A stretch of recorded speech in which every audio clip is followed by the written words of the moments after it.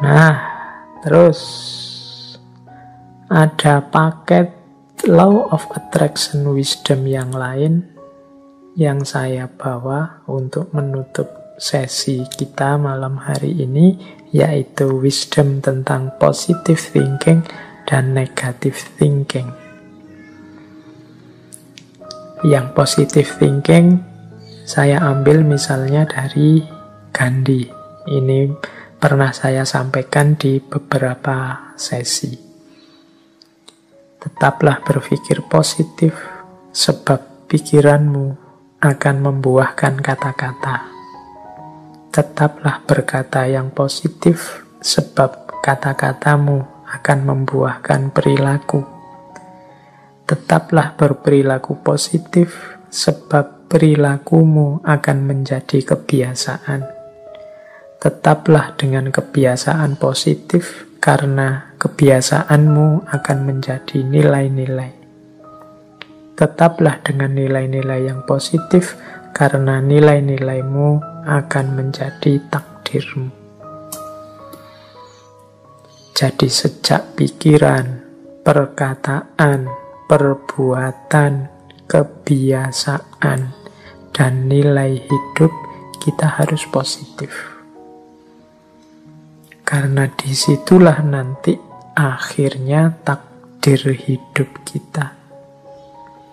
Pak, hidup kita kok sulit, Pak, hidup kita kok gelisah terus, Pak. Itu mungkin buah pikiranmu sendiri, buah perbuatanmu sendiri, buah kebiasaanmu sendiri. Sejak pikiran engkau sudah negatif, maka kebiasaanmu juga negatif, perilakumu negatif. Akhirnya kenyataan hidup atau takdir yang engkau jalani juga negatif. Ya bahasa saya tadi, فَمَا يَعْمَلْ مِثْقَالَ ذَرَّةٍ خَيْرًا يَرَهُ وَمَا يَعْمَلْ مِثْقَالَ ذَرَّةٍ شَرًّا يَرَهُ. Nah, terus itu yang positive thinking.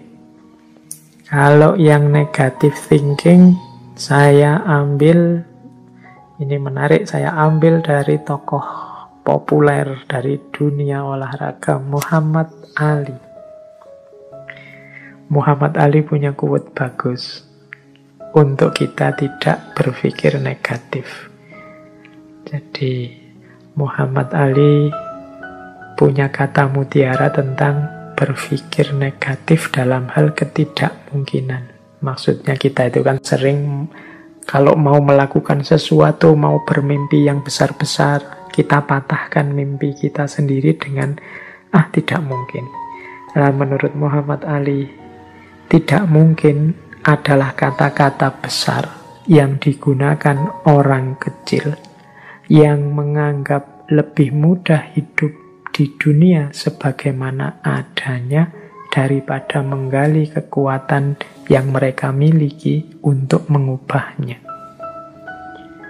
Jadi menurut Muhammad Ali, kalau kita sering merasa tidak mungkin bisa, tidak mungkin sukses, tidak mungkin berhasil, itu berarti kita hanya orang kecil, bukan orang besar yang berpikir besar.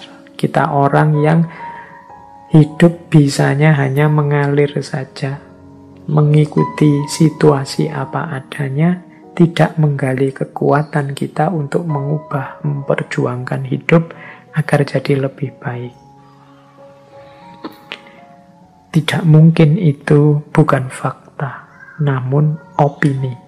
Nah, jadi menurut Muhammad Ali, tidak mungkin itu kenyataannya tidak begitu. Hanya pendapatmu yang begitu, akhirnya kejadian beneran.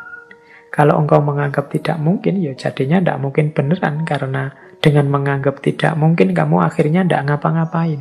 Wong tidak mungkin. Tidak mungkin, Pak, saya itu bisa jadi begini. Tidak mungkin, Pak, saya bisa sukses seperti itu. Tidak mungkin, Pak, saya bisa membuat yang seperti itu. Ya sudah. Kalau engkau bilang tidak mungkin, ya tidak akan wujud. Wong kau sendiri bilang tidak mungkin. Padahal tidak mungkin itu sebenarnya hanya opini, bukan fakta. Itu kan pendapatmu. Tapi ya, karena pendapatmu begitu, yang semula bukan fakta, nanti akan melahirkan fakta yang begitu.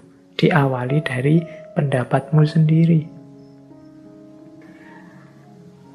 Tidak mungkin itu hanya potensi.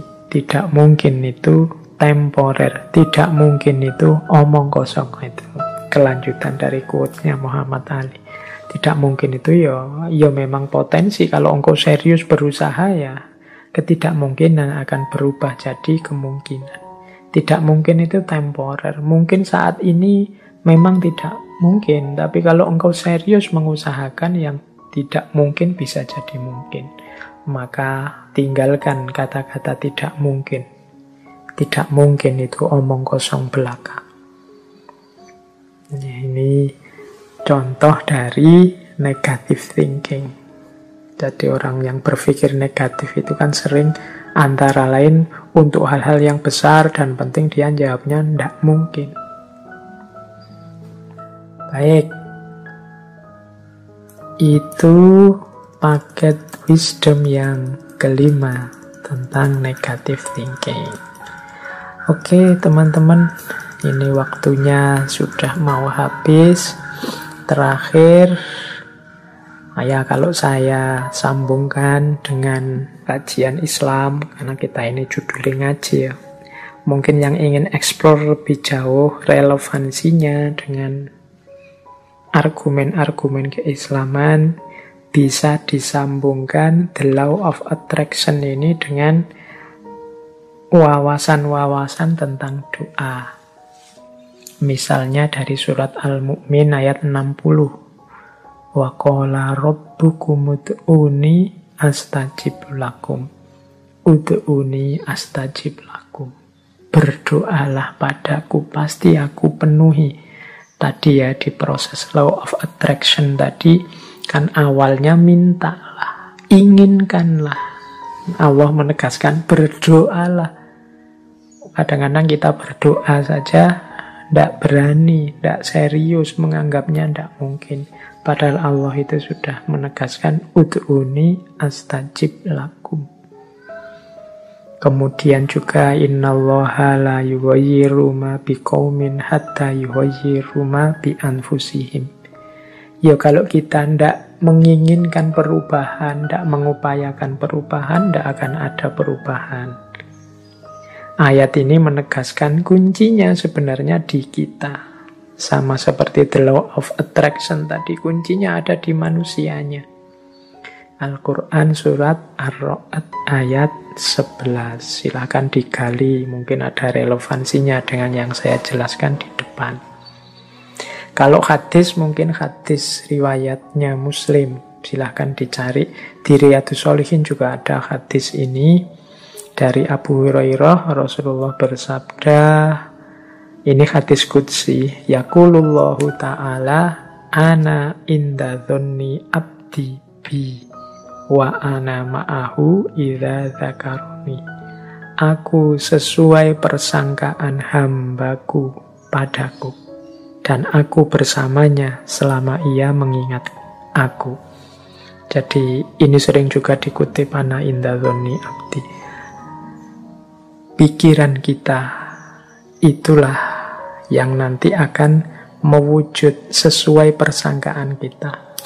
Kalau kita berpikir yang positif-positif, zon kita isinya yang baik-baik, husnuzon, yaitu nanti yang akan diwujudkan oleh Allah, itu yang akan terjadi. Tapi kalau isinya yang jelek-jelek, prasangka-prasangka kita negatif, yaitu juga yang nanti akan mewujud. Terserah persangkaan hambaku padaku. Kalau engkau menganggap Allah maha penyayang, maha pemurah, ana inda dhonni abdi, demikian juga sebaliknya. Ya silahkan, mungkin ada yang tertarik mau meneliti teori the law of attraction ini. Kalau dalam perspektif Islam dengan Al-Quran dan hadisnya mungkin ada kesamaan-kesamaan tertentu dengan ayat-ayat atau hadis-hadis atau pandangan para ulama tertentu. Yo, mungkin ada yang, Pak, kalau begitu apa ndak cocokologi? Kan sekarang banyak kritik-kritik kalau ada orang mengeluarkan gagasan terus disebut cocokologi. mencocok-cocokkan saja.